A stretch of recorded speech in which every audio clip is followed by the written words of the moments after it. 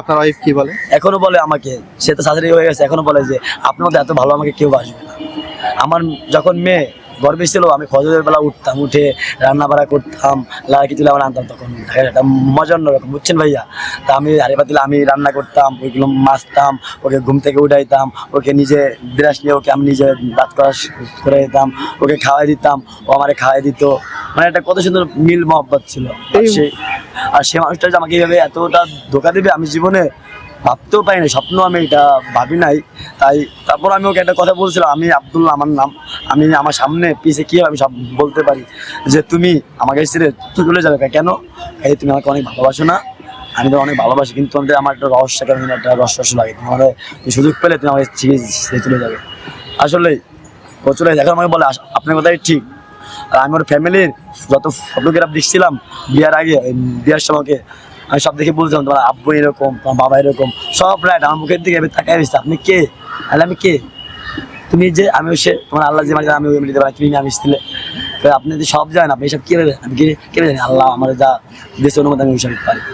আর আমাকে আল্লাহ কি বলছে, আমার খাওয়া দাওয়া আল্লাহ আমার সব খাওয়াইতেছে, প্যান্ট শার্ট। কি যেন একটা কথা বলছিলেন মাঝে, একটা পুরুষ মানুষ জি কান্নার কথা কি যেন বলছিলেন? এটা পুরুষ মানুষ ভাই সহজে কাঁদতে পারে, জানেন?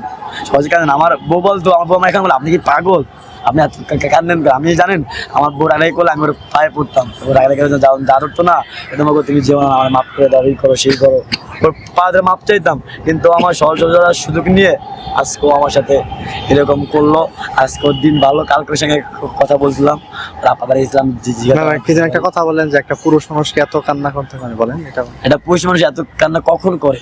যখন একটা মেয়েকে সে তার জীবন থেকে ভালোবাসে, জীবন বুঝেন, আর তার মনটাই তাকে দিয়ে দেয়, তাকে ছাড়া কিছু ভাবতে পারে না। আমি এমন একটা মানুষ, আমি যে মানুষ আড্ডা ছাড়া চলতে পারতাম, সে মানুষ আমার বিয়ে করার পরে ভাবতাম আমি যদি আড্ডা দিই বাইরে, আমার ওয়াইফ একা থাকবে ঘরে, তাহলে আমার ওয়াইফের তো মন খারাপ থাকবে। আমি তাই আড্ডাও গেছিলাম বলে, যে মানুষ সিগারেট খেতাম সে মানুষ সিগারেট খাওয়াও ভুলে গেছিলাম ওর জন্য, ওর সঙ্গে আড্ডা দিতাম, লুডো খেলতাম, সেই সময় টাইম পাস করতাম। আবার দেখতাম আমি কাজে গেলেও টেনশন করতো, যার জন্য আমি অল্প বয়সে একটা রাজকন্যাও নিয়েছিলাম। তা ভাবছিলাম ও ঠিক হয়ে যাবে রাজকন্যা নেওয়ার পরে। তা রাজকন্যার সাথে ভালোই দিনকাল যাচ্ছিল, কিন্তু বুঝলাম না ওদের বাড়িতে যাওয়ার পরে সব কিছু আমার এলোমেলো হয়ে গেল।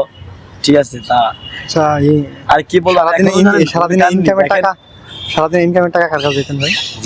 ইনকামের টাকা? আমার ইনকামের টাকা আমার ওয়াইফের কাছেই আমি দিতাম। আমার লাইফ থেকে আমাদের, আমি একটা পোলাপানের মধ্যে এখন আমার আছে, আমি এই বলতাম ওগো আমাকে 10 টাকা তুমি দিবে। নাম ছিল মনিকা, আমি গাধকে বলতাম মনি। আর আমি কাছ থেকে তখন আসতাম না, রিক্সা চালাতে আমি বলতাম অমনি মনি, অমনি মনি গো, অমনি উঠো। আর একটা স্বভাব ছিল, মাথা যন্ত্রণা করতো প্রচণ্ড, মাথা যন্ত্রণা করলো না, খুব ছটফট করতো, তখন থাকতে পারতাম। আমি খুব কান্নাকাটি করতাম না, মানুষ মারা গেল এইভাবে কান্নাকাটি করো না।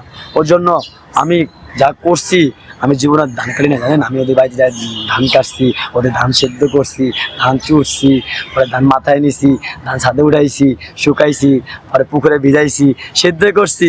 আর সেই ধান কি আমার পাটি আর আসলো না, কিন্তু ওরা ঠিকই আছে। আমি এটা না আফসোস করি না, কিন্তু দিন তো আজকের দিন তো যাবে চলে, কিন্তু কথা তো রয়ে যাবে। আর আল্লাহ ছাড় দেয়, আল্লাহ ছেড়ে দেয় না। আমি তো তোমাকে ঠকাই নাই, তুমি তোমার অচেনা ছিলে, আমি তোমার জীবনটা উদ্ধার করছিলাম, আমি তোমার একটা জীবন দিচ্ছিলাম, আর তুমি তার বিনিময়ে তুমি আমার জীবনটা এভাবে শেষ করলাম। আর একটা ভালো জীবন কেন, সুন্দর একটা জীবনটা কেন? আমি তোমার কি অন্যায় ছিল? আমি তোমার এখনো বলি মনিকা তুমি সব কিছু ছেড়ে দাও, বাদ দিয়ে দাও, তুমি আমার রাজকন্যা জীবনটা নষ্ট করো না। কেউ কখনো সুখী হতে পারে না, আর প্রথম স্বামীর মধ্যে কেউ হবে না, প্রথম মায়ের মধ্যে কেউ হবে না। তুমি আবার চলে আসো, পালান্তি বাদ দাও, আমি তুমি আবার সংসার করি। তোমার যদি ভুল না থাকে, আমাদের ভুল না, সব ভুল আমার। আমি বলি তোমার কোনো ভুল নাই, আমরা নতুন আবার জীবন শুরু করি, আমার নামাজ কালাম পড়ি, আমার সবাই শুরু করি, আমাদের বাড়িতে আসো থাকো, আমরা তো ঢাকা শহরে থাকবো না, ঢাকা শহরের পরিবেশটাও খারাপ। আমি বলি তোমার অনুরোধ করি এখনো মনিকা তুমি আমার মেয়ের জীবনটা নষ্ট করো না, আর আমাকেও আমার ল্যাপটপ নষ্ট, তোমার ল্যাপটপ তুমি নষ্ট। আমি জানি যে তুমি বিয়াল দিয়ে না, কেন জানো? ওই যে একটা পুরুষ মানুষ যখন কাঁদে না, আর একটা পুরুষ মানুষ একটা নারী থাপ্পড় মারে তার মুখে, তারপরেও আমি তুমি এত ভালোবাসি, তুমি আমার কত তুমি আমাকে একবার বালতি দিয়ে আমার মাজায় বাড়ি মেরে তুমি আমার মাজারে এখানে দাগ করে দিয়েছো, আমি কিছু বলি নাই। এর আগে তোমার অনেক অত্যাচার করে, তোমার আব্বা আম্মুর সামনে তুমি আমাকে থাপ্পড় দিলে যখন, তখন আমার 2 পা মনে হয় মাটির তলে আমি ডেবে গেছি, আমি কই আসলাম এইটা। তখন যখন তোমার আব্বু আর তোমার ভাইয়া বড় ভাইয়া তখন শাসন করলো, লিগাল শাসনটা, আর তখন তোমার আম্মু তোমাকে কি করলো, আশকারা দিল, দিয়ে তোমাকে কি কারণে থাপ্পড় দিল আপনাকে?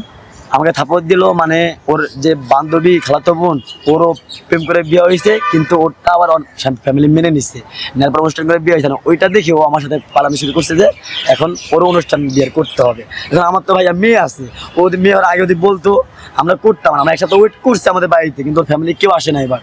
তো এখন আমাদের কি করণীয় ছিল, আমার বিয়ে না করলেও তো আমাদের একটা বদনাম, পরে আমার মেম্বার চেয়ারম্যান রাখা আমরা বিয়ে পরে যাতে আমাদের কোনো অন্যায় না হয়। তা এটাই কি আমার অন্যায় ছিল? আমি তোমার জীবনটা ই করে যাক, অনেক আল্লাহ, আমি তোমাদের দোয়া করি তুমি ভালো থাকো, সুখে থাকো, কিন্তু কাউকে আমার মতো ঠকাও না। আর আল্লাহ ছাড় দেয়, কিন্তু সেদিন আমাকে তুমি কষ্ট দিচ্ছ না, তেমন আল্লাহ কষ্ট দিবে, বুঝছো? আর আমি তোমাকে সারা জীবন ভালোবেসেই যাবো।